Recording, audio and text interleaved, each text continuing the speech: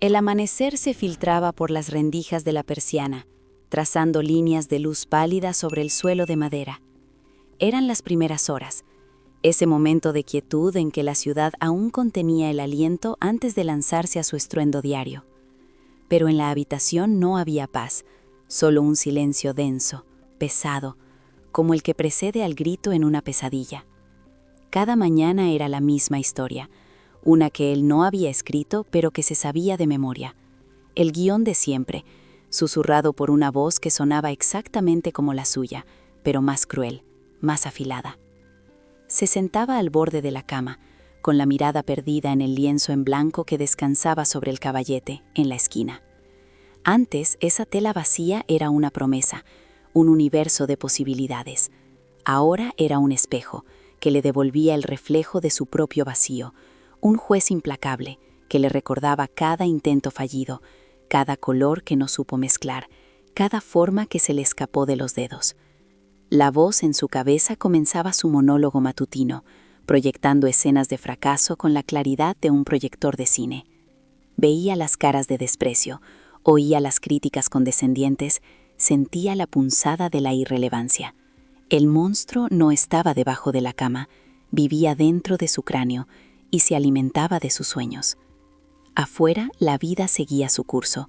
Podía oír el murmullo creciente del tráfico, el sonido de una persiana metálica al levantarse en la panadería de abajo, las risas lejanas de alguien que caminaba sin el peso del mundo sobre sus hombros.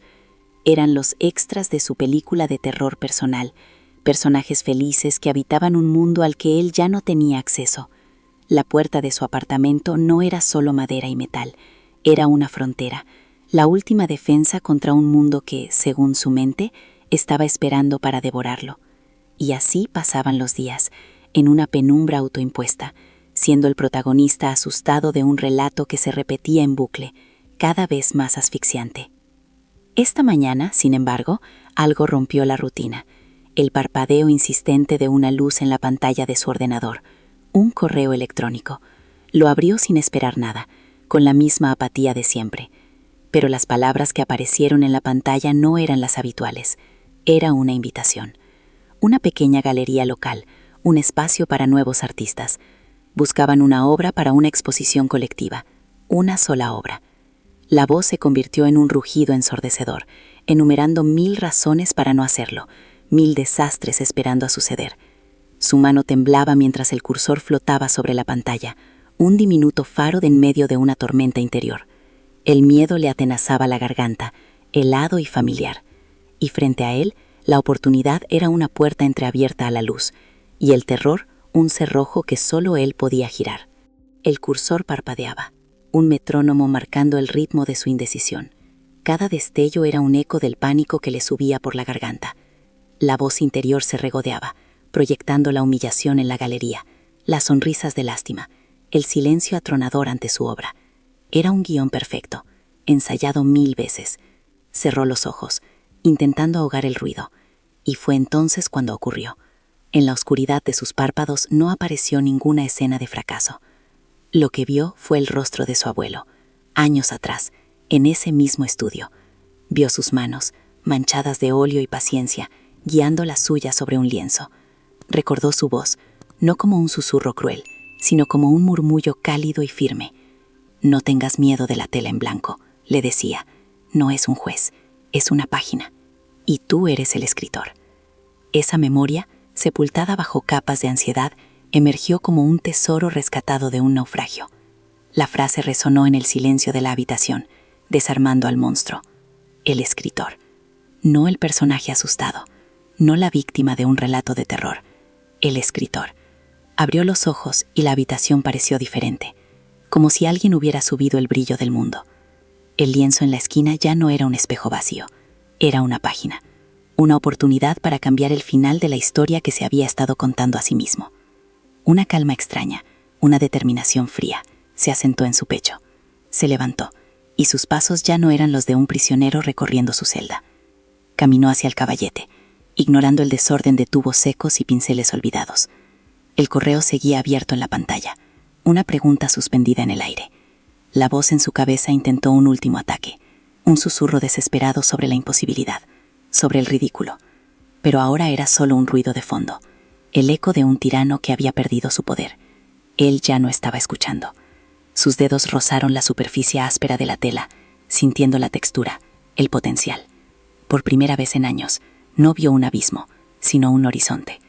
Cogió un trozo de carboncillo, el polvo negro manchando su piel, y lo levantó.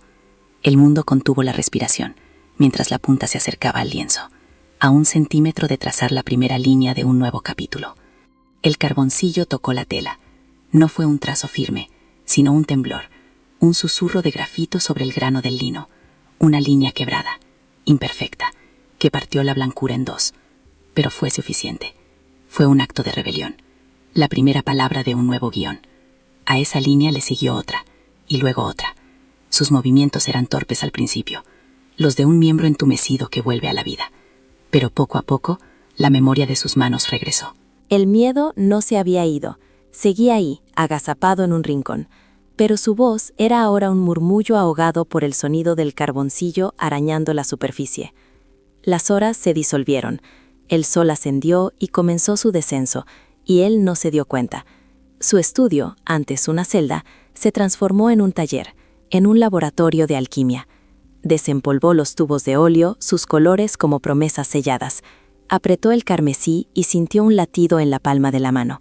Mezcló el azul ultramar con el blanco de titanio y vio nacer un cielo de invierno. El olor a trementina y aceite de linaza llenó el aire, un perfume que era a la vez un recuerdo y una declaración de intenciones. Cada pincelada era una respuesta al monstruo. Cuando la voz le decía que su trazo era débil, él lo cargaba con más pintura.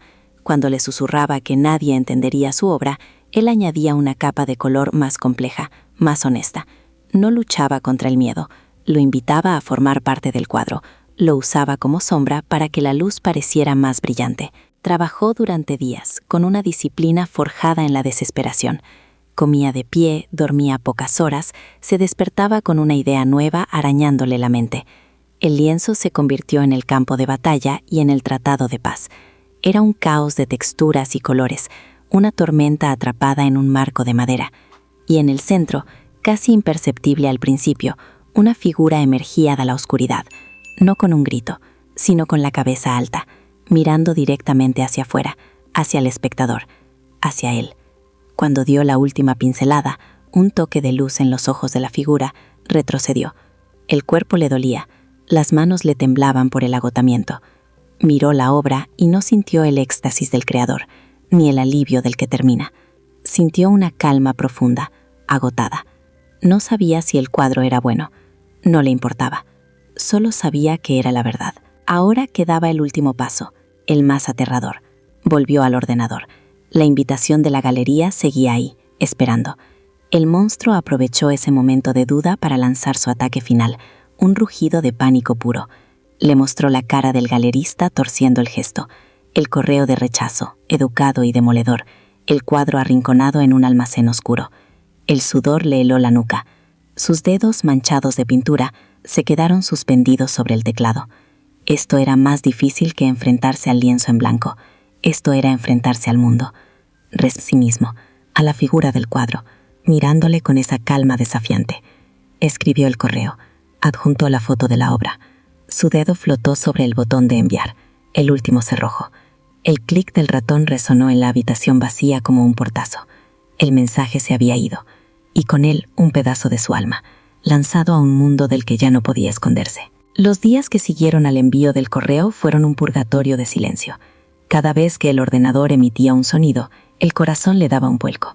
El monstruo, sintiendo que perdía el control, lanzaba sus últimas ofensivas, proyectando con detalle el correo de rechazo, la mirada de lástima, la humillación. Pero algo había cambiado para siempre. Él ya no era un espectador pasivo de su propio terror. Cuando la voz le susurraba que era un impostor, él se ataba los cordones y salía a la calle. Caminaba por la ciudad, que ya no le parecía un monstruo de hormigón y acero, sino un organismo vivo, lleno de gente que luchaba sus propias batallas silenciosas. Veía la duda en la mirada de un joven esperando el autobús, la fatiga en el rostro de una madre empujando un carrito, la esperanza solitaria en alguien que regaba las plantas de un balcón. El mundo no estaba esperando para devorarlo. El mundo estaba demasiado ocupado viviendo sus propios guiones. La respuesta llegó una tarde de martes, sin fanfarria, en un correo con un asunto escueto: exposición colectiva. Lo abrió con las manos temblorosas, leyendo las frases en diagonal, buscando las palabras clave de la derrota. Lamentamos, desafortunadamente, en otra ocasión. Pero esas palabras no estaban. En su lugar había otras: honestidad, fuerza, impacto. Decían que la obra tenía una verdad cruda que había conectado con ellos de inmediato. Decían que estarían honrados de exponerla. No hubo un grito de victoria, solo un largo y tembloroso suspiro que parecía vaciarle los pulmones de un aire viciado que llevaba años respirando. El monstruo, por primera vez, se quedó sin palabras. La noche de la inauguración se movía entre la gente como un fantasma. Su cuadro colgaba en una pared principal, y la luz del foco hacía que los colores vibraran. Veía a los extraños detenerse frente a él. Se quedaban quietos, con la copa en la mano, y simplemente miraban. No analizaban la pincelada ni la composición. Parecían escuchar. Vi a una pareja joven señalar la figura que emergía de la oscuridad, y a un hombre mayor asentir lentamente, con los ojos cerrados. Nadie le conocía. Nadie sabía que el autor de esa tormenta de pintura estaba a su lado, y eso era perfecto, porque la obra ya no era suya, era un espejo. Un mapa de una batalla que todos, de una forma u otra, habían librado. Entonces una mujer se le acercó. Era mayor, con una mirada que parecía haberlo visto todo. No le preguntó si era el artista. Simplemente se puso a su lado, mirando el cuadro, y dijo en voz baja, casi para sí misma: a veces el simple hecho de seguir en pie es la mayor de las victorias. Luego le miró, le dedicó una sonrisa cómplice y se alejó. En ese instante lo comprendió. El objetivo nunca había sido la fama, ni la aprobación. El objetivo era ese, la conexión. Descubrir que la historia de terror que creía que solo existía en su cabeza era, en realidad, el relato universal de la fragilidad humana. Y que al atreverse a contarla, había ofrecido a otros un permiso para reconocer la suya. El sol entra ahora a raudales por la ventana del estudio. La luz ya no traza líneas de cautiverio en el suelo, sino caminos de polvo dorado que bailan en el aire. Frente a él hay un nuevo lienzo en blanco. Ya no es un juez, ni un abismo, ni un espejo de su vacío. Es una invitación, una página por escribir. La historia de terror más escalofriante no es la que protagonizan los monstruos que se esconden bajo la cama, sino la que nuestra propia mente nos cuenta para mantenernos paralizados en una habitación. Pero todos llevamos dentro al escritor, al director de nuestra propia vida, con el poder de decidir que el miedo no escribirá la última página. El verdadero fracaso no es crear una obra imperfecta, es dejar el lienzo en blanco. Porque el mayor miedo no es ser juzgado, es llegar al final y darse cuenta de que nunca nos atrevimos a vivir.